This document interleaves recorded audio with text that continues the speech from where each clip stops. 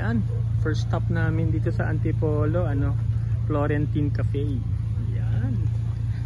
So, kasama namin the whole family ni Tom, Mami, Daddy.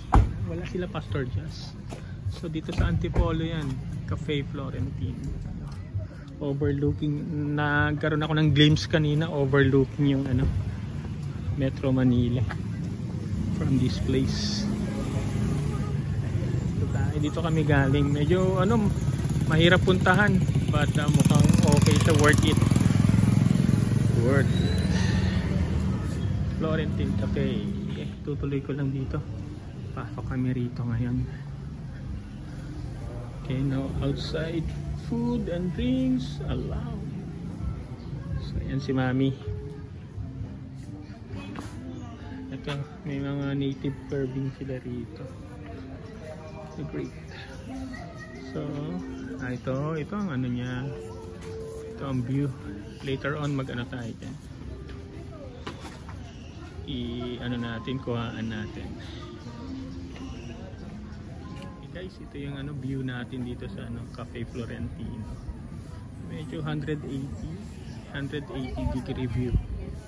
I think Metro Manila na rin yun eh. Ayan, Makati Pasig. Pero ba't parang mountainous yung part doon, no? Mountainous yan, ha? I think papunta sa atin yun. Ayun. Ayan, so nice. Today is pala, 8:58 this morning. Ito kasi. Yun lang, medyo madugo yung dadaanan ninyo papunta dito. Matarik, tapos makitid, may talipa pa. Pero it worked, worked yan. Sige, alright. So sa Cafe Florentino tayo. Ito yung pinaka-entrance nila, may garden. Yan.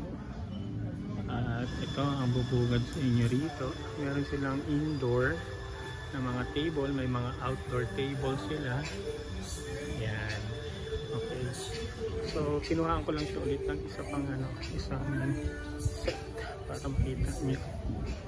Ito na yung pwesto namin. So, maraming tao na yan. So, ganda. Gandang niya rito. Set niya. Okay. So, dito sa side. Sabi nung staff nila rito ay dito raw ang sunset. Sa side na to.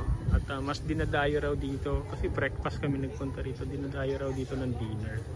Mas maganda ang view Medyo yung camera hindi niya makuha yung tamang tamang light. Kaya pero pag by your bare eyes maganda, ang ganda rito. Yan dito. Alright. Yan, again dito yan sa Antipolo Cafe Florentino.